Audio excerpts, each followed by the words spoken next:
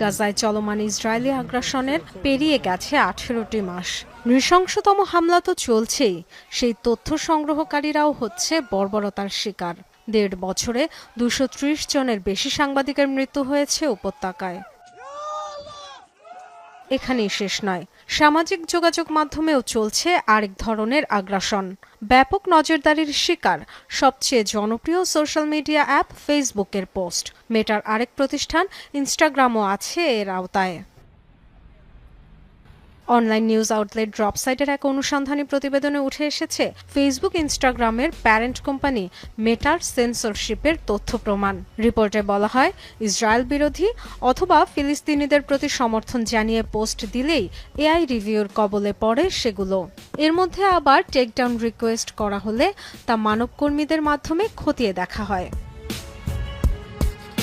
Takedown request বা TDR হলো Facebook থেকে কোনো কন্টেন্ট মুছে ফেলার অনুরোধ, যা ব্যক্তি, প্রতিষ্ঠান বা সরকার যে কেউ করতে পারে।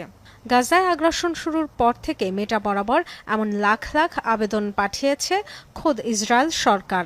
আর সেসব আমলে নিয়ে ২০২৩-এর শেষ ভাগ থেকে ব্যবস্থা নেওয়া হয়েছে অন্তত ৩৮.৮ মিলিয়ন পোস্টের বিরুদ্ধে। ৩০ সেকেন্ডে গড়ে ৯০,০০০-এর বেশি post রিমুভের নজিরও গড়েছে Facebook.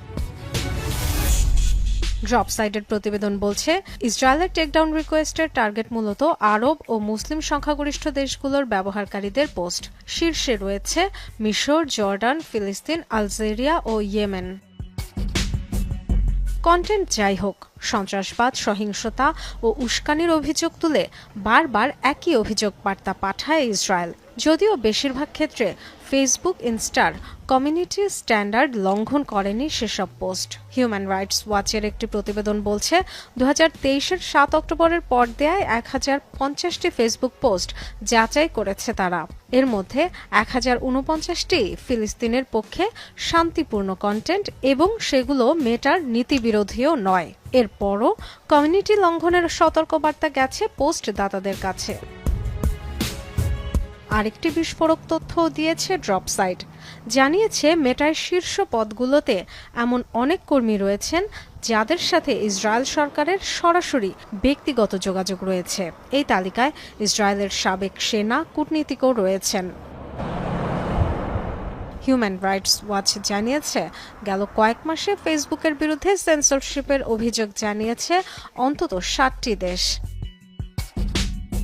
Dorothy Thurston, Jamuna news.